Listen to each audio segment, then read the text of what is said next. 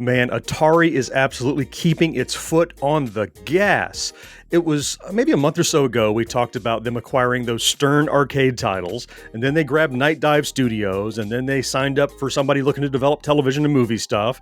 And then just last week or week before, they acquired like 100 more old computer games, including like MicroProse stuff. And now, just yesterday, in the news hit that Atari is acquiring over a dozen M-Network Atari 2600 games.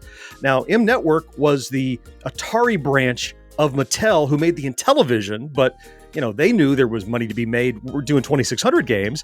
So there's a lot of cool M-Network titles. Now, we know from the press release that Atari is acquiring more than a dozen of these M-Network titles, but I would like to know exactly which ones. So in this video, using a little deduction and based on some stuff we learned in the recent acquisitions, I think we can come to a decision on exactly what those remaining titles are.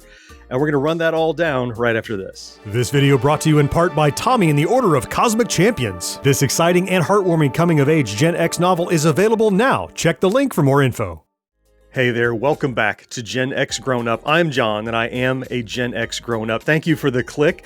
So let's get right into this. I love this news coming out about Atari again and again and again. They are absolutely on top of their game. Wade Rosen, the new CEO over there, well, relatively new now, he is definitely standing by his word to try to reinvigorate Atari and bring it back to its prominence that it had. And so let me give you a quick quote. This is from a Global Newswire that was carrying this story. It says that Atari will seek to expand digital and physical distribution of the classic titles, create new games based on the IPs, and explore brand and merchandising collaborations. Now, this should all sound very familiar. This is effectively what they said when they grabbed Stern and they grabbed Night Dive and they grabbed the other 100 games. That's the same boilerplate that they're saying, which is like, look, we want these games, we want to distribute them, plus we want to take the IP and maybe make new games out of them, recharge them or sequels or whatever. And finally, merchandising. Maybe there's a great game, they grab Berserk, make a Berserk hat, like once they get these games, they can do anything with them. And they're gonna. We've seen them already. It wasn't maybe a day after they acquired Stern that Berserk hit the VCS store so you could play the 2600 version. I mean, when they get these titles, they seem to move on them. The very next quote is from Wade Rosen himself, and he says, pretty much expanding on what the main quote is, "We have the potential to reintroduce these titles in a number of ways, ranging from re-releasing them in collections to creating new games based on the acquired IPs." Just another way of saying the same thing that we just deduced. The other thing that's really interesting to me is they didn't just get the games.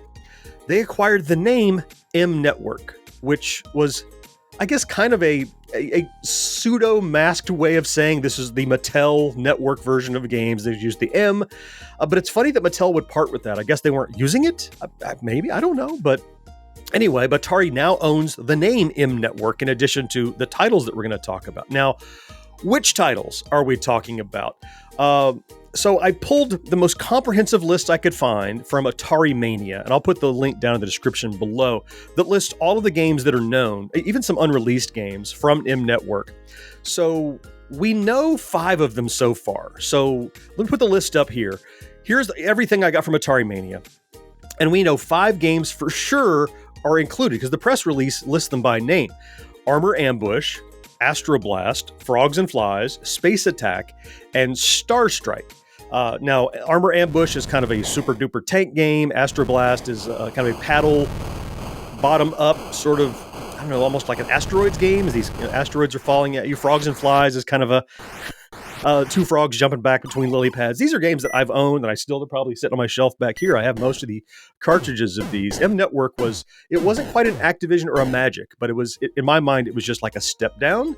But often they were better than Atari because they were innovating, they were hungry, they were trying. And it was Intellivision trying to make money off Atari. So I didn't know that as a kid, but I think that's kind of funny in hindsight. All right, so we know these 5 games out of this list of 28. But I want to try to deduce based on, so we learned some things when they did the Stern acquisition. I did a video saying, wouldn't it be great if we got this Scramble and Super Cobra and all this stuff? What I didn't take into consideration was other licensing entanglements. So, we didn't get Stern titles we'd hoped for because they actually weren't manufactured or created by Stern. They were distributed by Stern. Stern wasn't the sole copyright holder and, the owner. So what I did is I ran through this list. So we're going to tear through this list, and we're going to see if we can narrow it down to what we expect is likely to be included in this acquisition. Now, my luck, within a minute of me posting this video, the official list is going to be out and blow me out of the water, but that doesn't take the fun out of trying to deduce, for me anyway. Let's start at the top. So let's look at these Dungeons & Dragons games. There were two AD&D games that M Network put out. There was Tower of Mystery and Treasure of Tarman. And that sounds great. Nice to have a D&D game, but since Dungeons & Dragons is owned by Hasbro, I think that's probably unlikely because Atari would then have to go to Hasbro to get the right to redistribute and pay other royalties. So probably not a smart start there. So I'm gonna say that probably the Dungeons & Dragons games are off the table. The next ones on the list is another comparable problem, Adventures of Tron, including, and they did a couple more Tron titles. They did Tron Deadly Discs, and they combined those into a Tron Special Pack. That was an available cartridge. Now, we know that Tron is owned by Disney. The likelihood of Atari wanting to buy M Network stuff and then go to Disney and get the rights.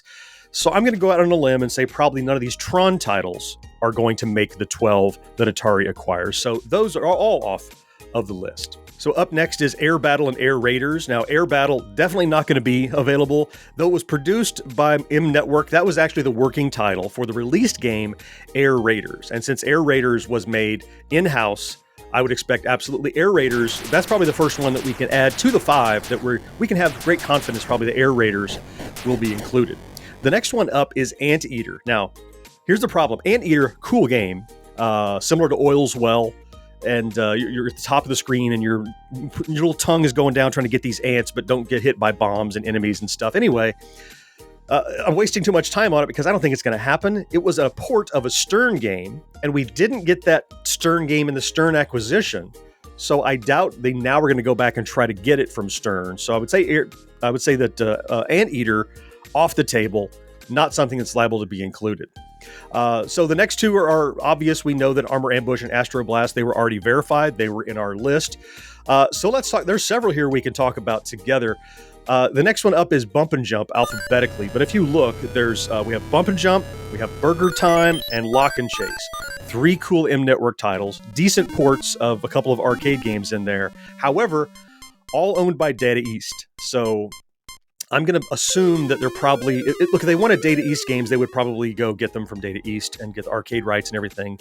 But Data East is licensing those out pretty hard to the tabletop arcade toy people. So I'm going to guess that all of these Data East titles off the table. I would expect that's not going to happen. Now, up next in the list is an interesting one. This is called Computer Corridor. Now, this was developed in-house by Intellivision, or by M Network, Mattel, whatever you want to say. But Computer Corridor, basically, they're working on a couple of ventures to do Intellivision's answer to Atari's Battlezone. And so it was this kind of grid, and you're driving around shooting enemies on this horizon.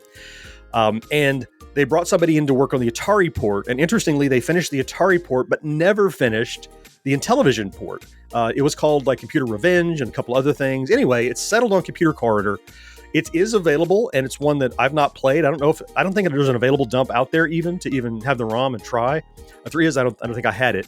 But this is one that's likely possible to be included because Mattel owns the rights to this one. The next one here, Dark Cavern, I think is probably a no-brainer. It was a port of Intellivision's Night Stalker for the Atari 2600. It's owned by them, so I think that's a pretty good bet. This is going to be included in the 12. After that is In Search of the Golden Skull. Now, unfortunately, this is probably not going to be included because I think it's still owned. The license is covered by Videosoft. This game was programmed by Jerry Lawson of Fairchild F fame, who did this game for Intellivision / M Network / Mattel. They released it for the 2600, but since Videosoft owns it, it's likely that this probably, again, you'd have to talk with other lien holders on this, and so probably not included. So I'm going to mark that off as a potential for now. The next one up, and I'll lump it in, there's an international soccer, there's Super Challenge Baseball and Super Challenge Football. Now, these were all developed in-house. Well, I say in-house. They were developed by APH Technological Consulting, which is a company that M Network worked with and had. There were just a couple of young guys working on software development that made games for M Network. Look, they're all sports games. They're wide open.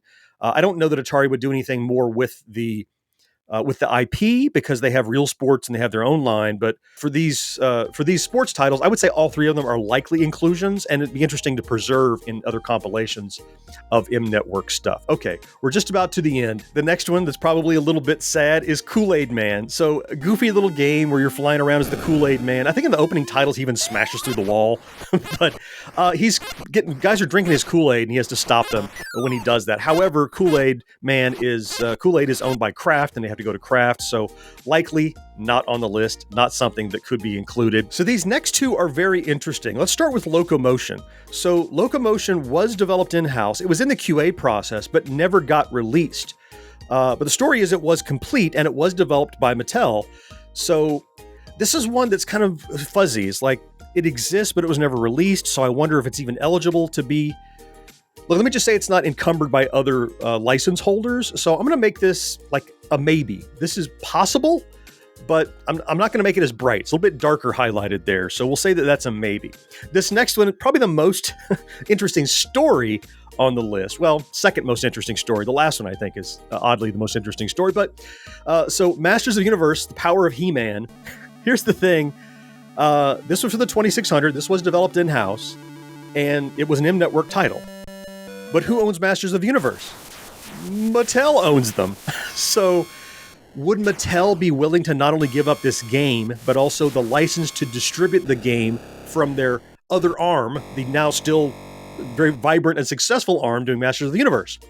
I'm going to put this in the same maybe slot as Locomotion. I think it's possible, but it's a little I'm going to doubt it. If it happens, it happens. If it doesn't, okay.